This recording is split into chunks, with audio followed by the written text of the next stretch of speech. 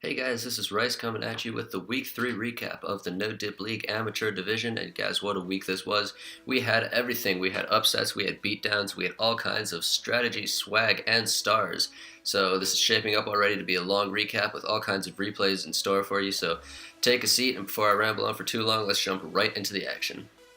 And guys, before we jump into the recap, I do want to say, first of all, just a disclaimer, I know the audio is a little bit weird this video. I'm sure you'll notice that soon, but I used a different microphone when I was recording the stat recap versus the replays, and so yeah, going back and forth. The voice quality is quite jumpy. Fair warning, but I will fix that for next week, and just bear with me this week. I know it gets pretty annoying for me at least. So yeah, just thanks for watching anyways, and hope you enjoy the content. Alright guys, in the first recap for this week, we have Lil Tater, Tots, and Artillery Fire going head to head. LTT taking the win here by 3 stars, 65 to 62. They did run a 25v25 man war. And the story here was the Town Hall 9 game. Lil Tater Tots managed to clear all the Town Hall 9s of Artillery Fire, and they had one attack left in store to go for a 9v10 scout, whereas Artillery Fire's 9s did not manage to clear all the bases of Lil Tater Tots. And they also had no scouts, and even though they did manage to pull out an 11v11, which we'll see later, they were not able to pull out the win this week. So well done to both clans. 11v11s are not easy, and Lil Tater Tots with a really strong 9v9 game taking the win here. And let's jump right into an attack from this war. And for the highlighted attack in this war, you guys, we have Joe Sandbag hitting number 15 with an HPHB. You don't see those very often, but Joe bringing the pain with this attack. He starts off with those P.E.K.K.A.s, and they're going to funnel themselves, drops 3 healers on them, finds a surprise Tesla. This was a fresh hit. Pulls the CC, and there's a baby dragon in there, so that could pose some threat to the P.E.K.K.A.s, but rages up the healers, keeps the P.E.K.K.A.s nice and healthy. A wizard steps into that rage, takes out the CC, no problem there. Catches the rage with his wall breakers as well, very nicely placed there, and drops his bowlers as well behind those. And now he's got this giant kill squad just raging through the base. He's got a giant in there, got 2 P.E.K.K.A.s, got some bowlers, both of his heroes, and some healers working on all of that. Sprinkles in the hogs now, trickling them in from the side to take care of these defenses that are out of range of all these melee troops. Gets that P.E.K.K.A. to stop hanging on the wall, so that was really nice. Finds another Tesla, trips a giant bomb, and he's going to switch over his focus to the hogs now, using these 2 heal spells that he brought. Going to invest those onto the hogs while they take out these defenses. Finds some ground skellies and drops his second heal as well as the poison to take care of those. His kill squad steps into the first heal he had, so they're going to get nice and healthy back up from that. The healers are focused onto that giant, and that's not ideal, but the rest of his kill squad swinging around the edge of the base. His hogs are trickling out, but that's not a problem. He still has 2 P.E.K.K.A.s. Those are the first troops he dropped, and they're still on full health. Still got both heroes pretty much full health, both with abilities. Got some bowlers, got his wizards as well, and this force is just unstoppable at the moment. The healers switch over to the queen, getting her back up after she tanked the cannon for a little while, and we're going to speed it up here, guys, because there's nothing left that can stop this giant mass of troops from tearing through the rest of the base. Just a few point defenses left. Cannons and Expo and the air defense picking off the healers, but that's not a problem here. Still has both P.E.K.K.A.s and his king and queen. Pops the queen ability to take care of the Expo, and that'll do it for this base. Swinging back around to finish on the CC. So what a great hit to Joe Sandbag, bringing not a very common attack and getting the job done on a fresh hit. Next up this week we have Sandigan, and this clan, I've no idea how to say their name, but they performed. They took the win here, 66 to 59, another 25v25 man war, and they had a little bit of everything in this war. They had an 11v11, a 10v10, and a bunch of 9v9s as well. They didn't manage to clear all the 9s, but they more than made up for it with their performance up top. And Sandigan missed a bunch of attacks this war. I'm not sure what happened there, but they definitely could have made it closer, although both an 11v11 and a 10v10 triple in one war is a tough margin to beat. So great performance to the Plymouth clan, and we're just gonna jump right into their replay. We're gonna show the 11v11 attack that they had. And we will be taking a look at the 11v11 from this war, you guys. We have Saris coming in with basically a mass bowler attack with some healers as well. He starts off by dropping a barb to trigger that witch trap. That's a giant bomb with 2 small bombs next to it. And starts off with bowlers and witches on, or bowlers and healers, sorry, on both sides. Drops a couple of rages to keep them all alive while they do some funneling so that he can get the bulk of his army into the core and avoid having them walk. So he does a really nice job there. As you can see, clears out a ton on the sides, leaves nowhere to go except in right directly at this eagle. So very nice job with phase 1 of the attack. CC comes out, a couple of witches, drops a poison and then deals with that very nice and easily. Pops the warden ability once he comes into contact with both of these max infernos. Drops a rage right in the core and just guts it in an instant pretty much. Second Inferno is taking a moment longer to go down, but finally after the Town Hall, that's next. Double Giant Bomb takes out all his bowlers, but the healers switch over to the King before he dies. Queen's still on full health, or was after before this King started beating on her. But the healers are going to switch over to her in a moment as well, keep her alive for the remainder of the attack. Those bowlers at the top took out a Tesla and get this warden down as well. Before the wizard tower takes care of them. Drops in one of his cleanup minions just to keep the attack progressing along while that wizard tower is distracted, so nicely done there.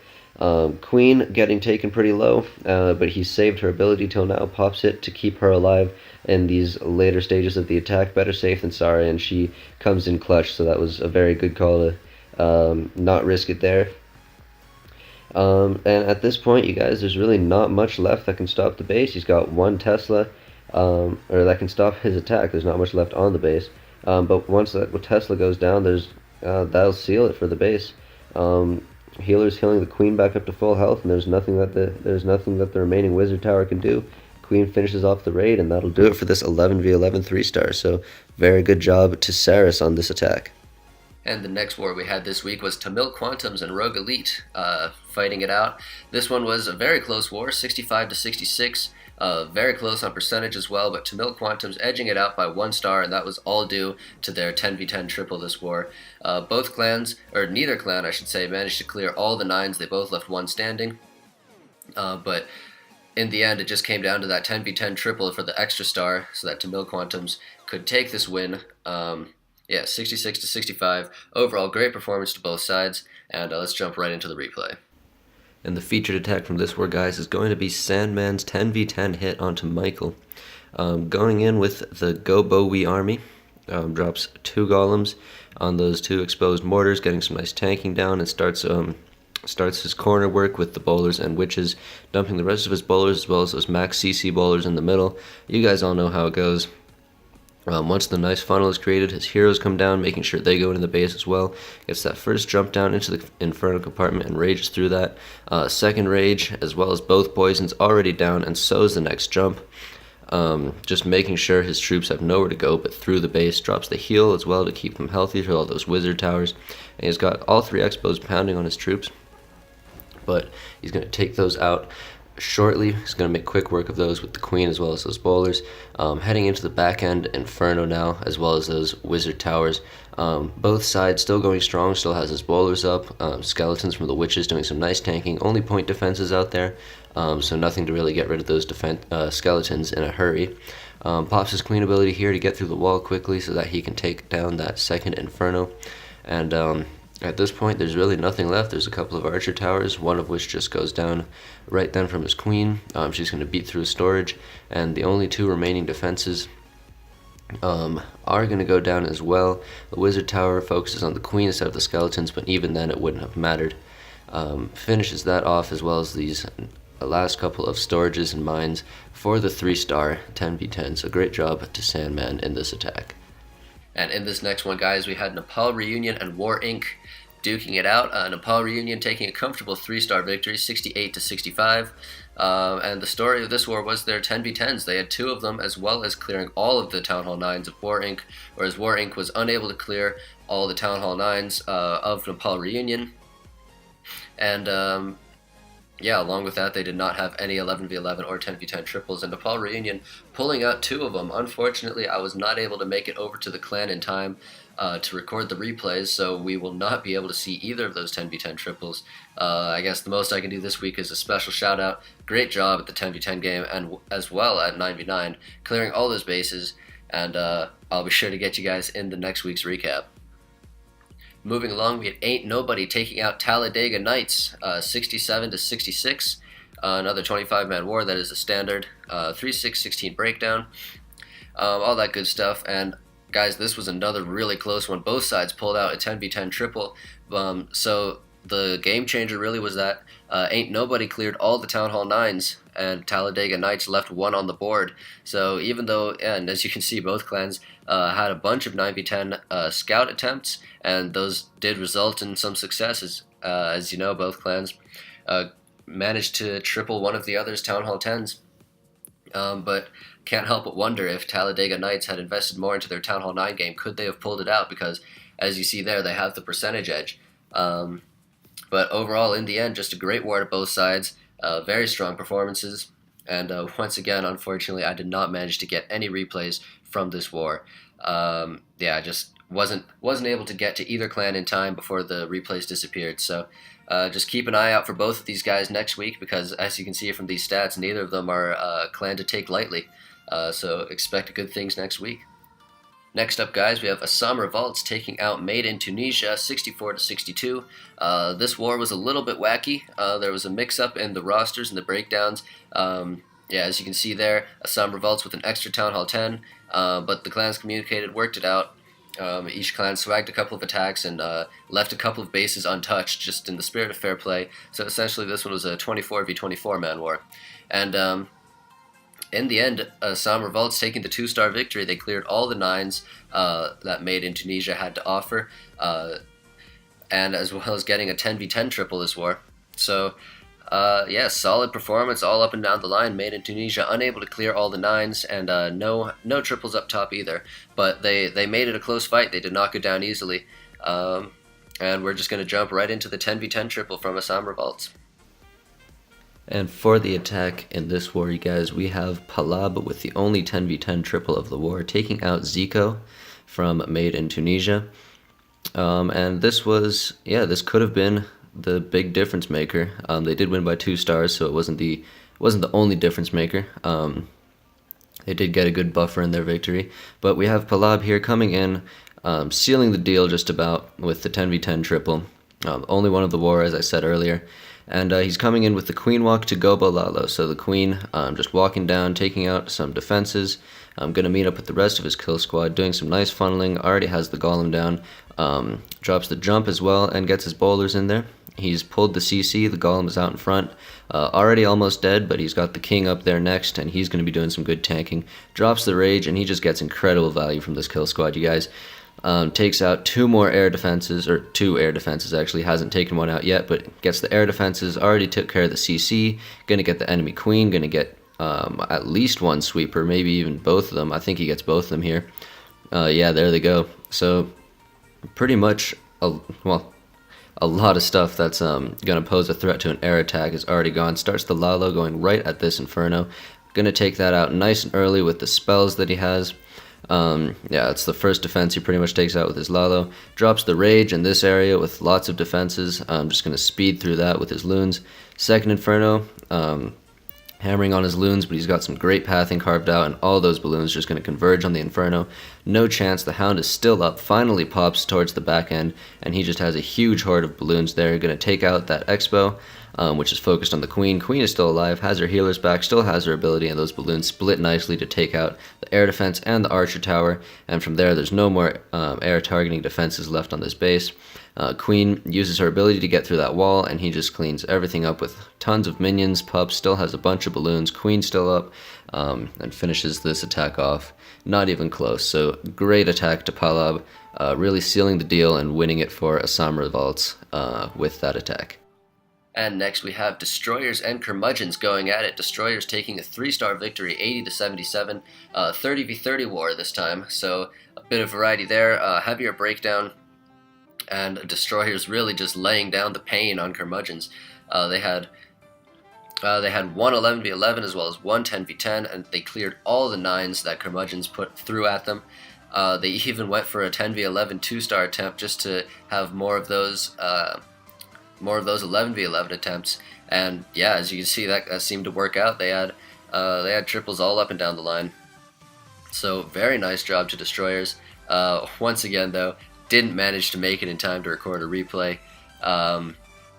Yeah, not much else I can say there, but yeah, very good job, very solid performance. Curmudgeons didn't do too poorly either, leaving only one Town Hall 9 untouched. Didn't have any triples up top, but you know that performance would be good enough to take down quite a few other clans. So great job to both clans. Both of these are strong clans, and yeah, keep an eye on them. And just moving along down the line, we have Guns and Honey and 99 Death Balloons duking it out. Guns and Honey taking a 3-star victory, 67-64. They had a 10v10 triple, as well as clearing all the 9s. So great job to them. 99 Death Balloons, they matched that 10v10 triple, but they weren't able to get the job done at the Town Hall 9 level, and that's what cost them this war. But other than that, they had a great showing, really great performance, and some really good 9v9 attacks. They just weren't able to clear all the bases, and that's what brought them down this war. So let's just go ahead and take a look at some highlights. For the featured attack from this war, you guys, we have the number 5 from Guns and Honey, whose name I cannot pronounce, but he's coming in with a 10v10 Pentalalo. You don't see that very often. If you look at this base, I mean, honestly, my first thought was miners, but this gets the job done regardless.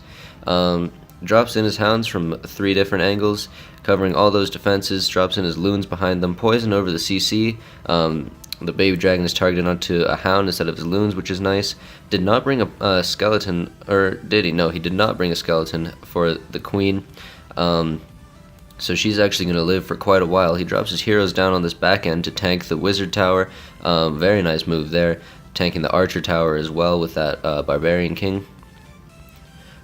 He's got plenty of loons left, but they are dwindling. That queen not going down was a big hindrance to this raid.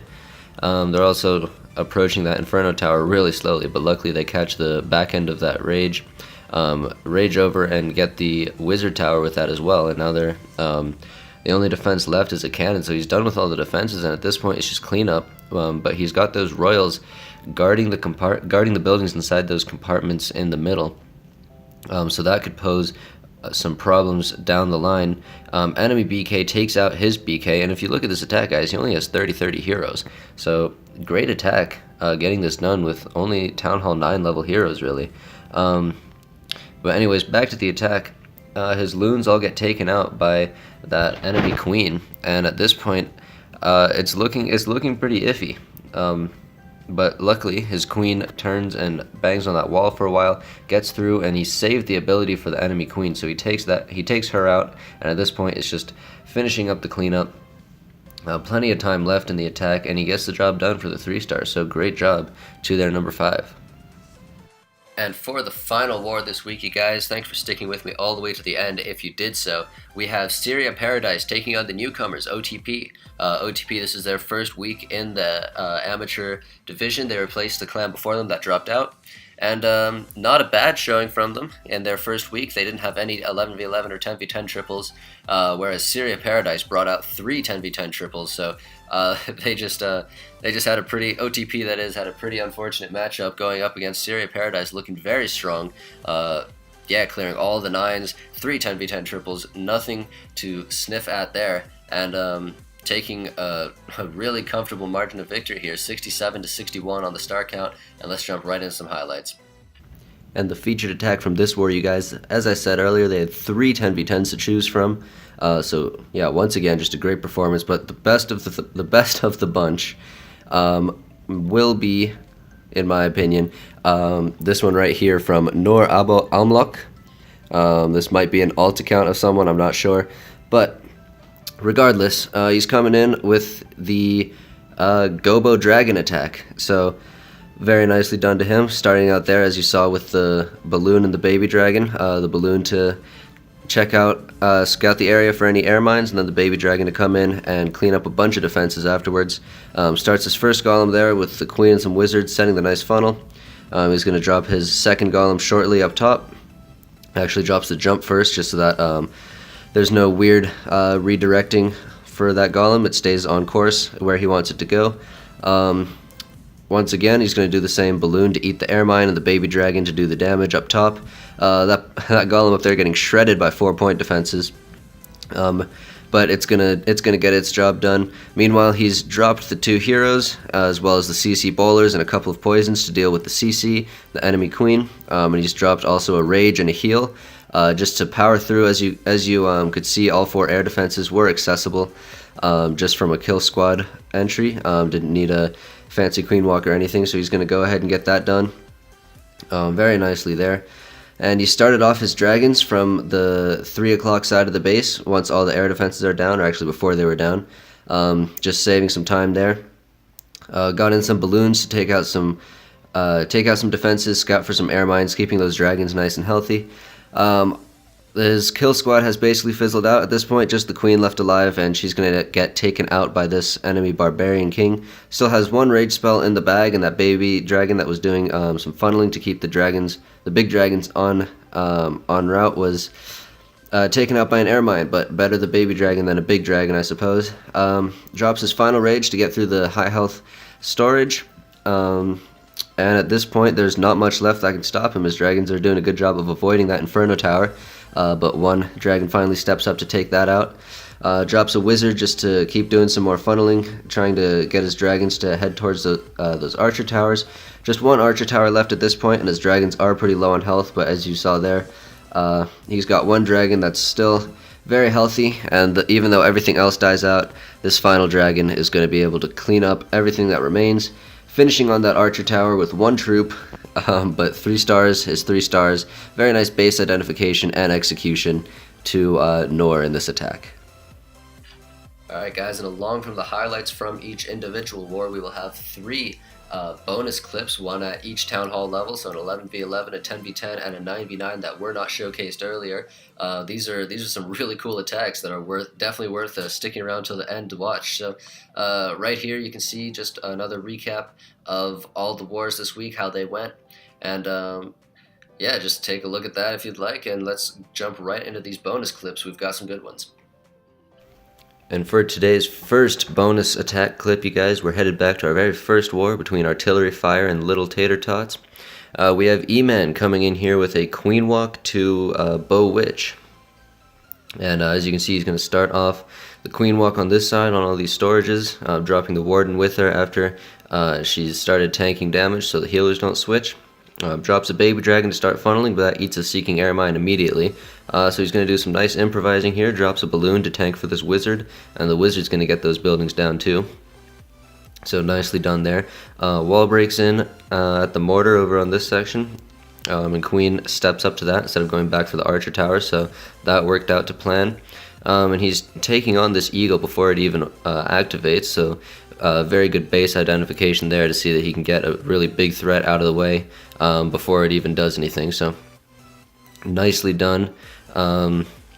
Drops that first rage spell as the queen's coming into a lot of buildings with high HP, like that eagle, those storages on the other side, just saving time, speeding her through all of these high HP buildings just to get the raid moving.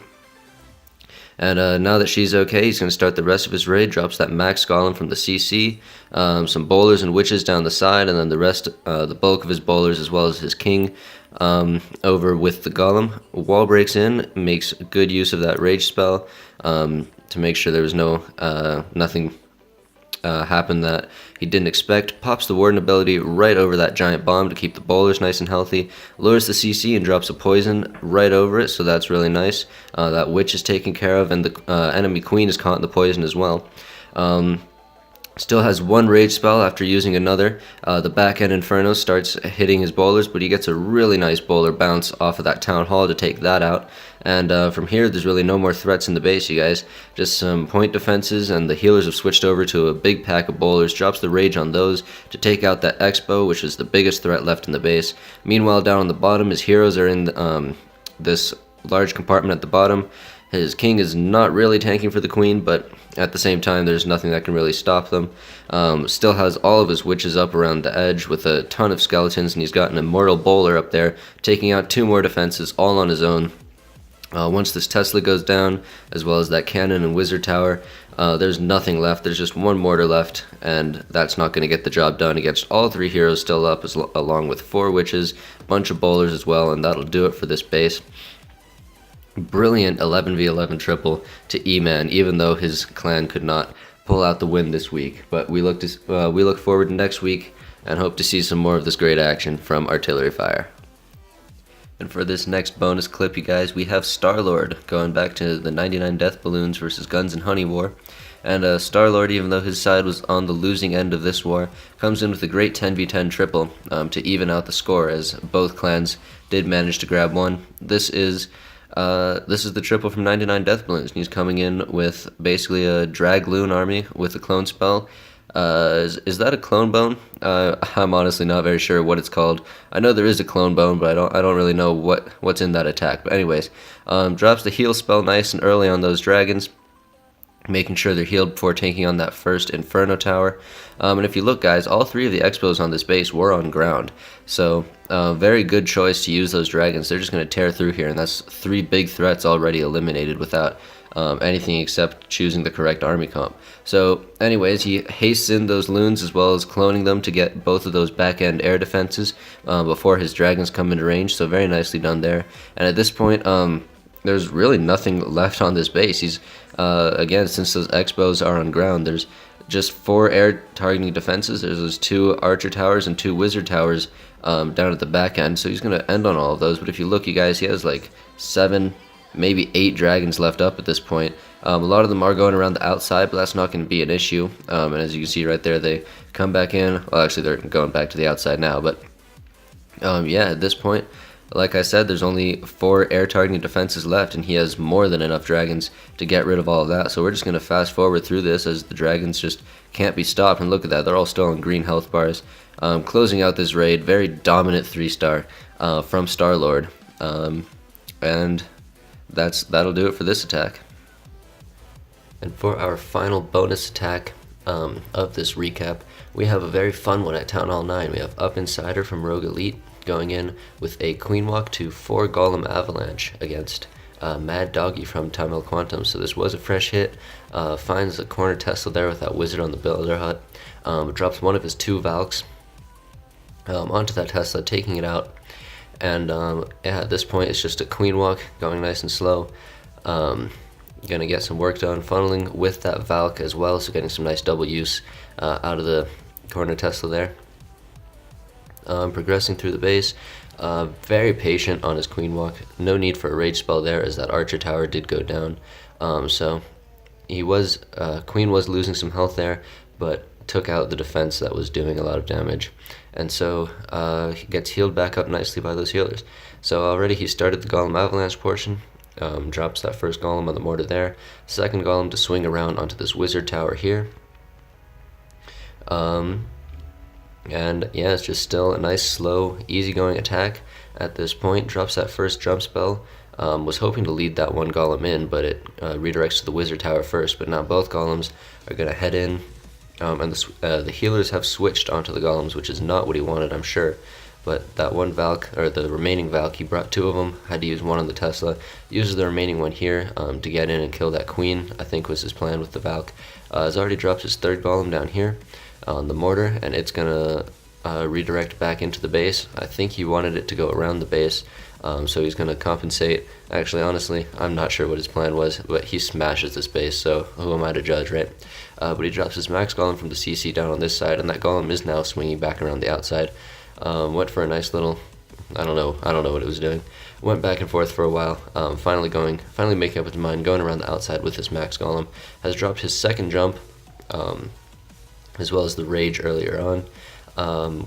Golems all walking through the base. All these defenses can reach the middle, and so all of his Golems are tanking the defenses for his Queen, his King. His healers are working on the Golems, and guys, none of them have popped. They're all still on green, except for that one that's on half health. So when you've got 4 Golems and only one of them's on half health or less, you know you've crushed this base. And so all 4 Golems, look at that, they're going to pound on that wall together. Still has his King ability, Queen ability, and a heal spell. And this base stood no chance from the beginning. I'm going to swag the heal spell, getting some useful swag out of that, keeping the Queen alive. And she's going to head up, take out the Tesla. Swagging both abilities, and 4 unpopped golems. 100% golem live rate in that attack. So wonderfully done to Up Insider. That was a really fun one to watch. And that'll do it for these bonus attacks in the recap. Alright everyone, that is week 3 of the NDL Amateur Division in the books. Hope you enjoyed the recap. Let me know which attack was your favorite down in the comments. I am a brand new channel, so as always, just like and subscribe and all that stuff. And tune in next week for week 4 recap coming to this channel about a week from today. So yeah, stay tuned. Hope you enjoyed it again, and thanks for watching. I've been Rice, and I'll see you guys next time.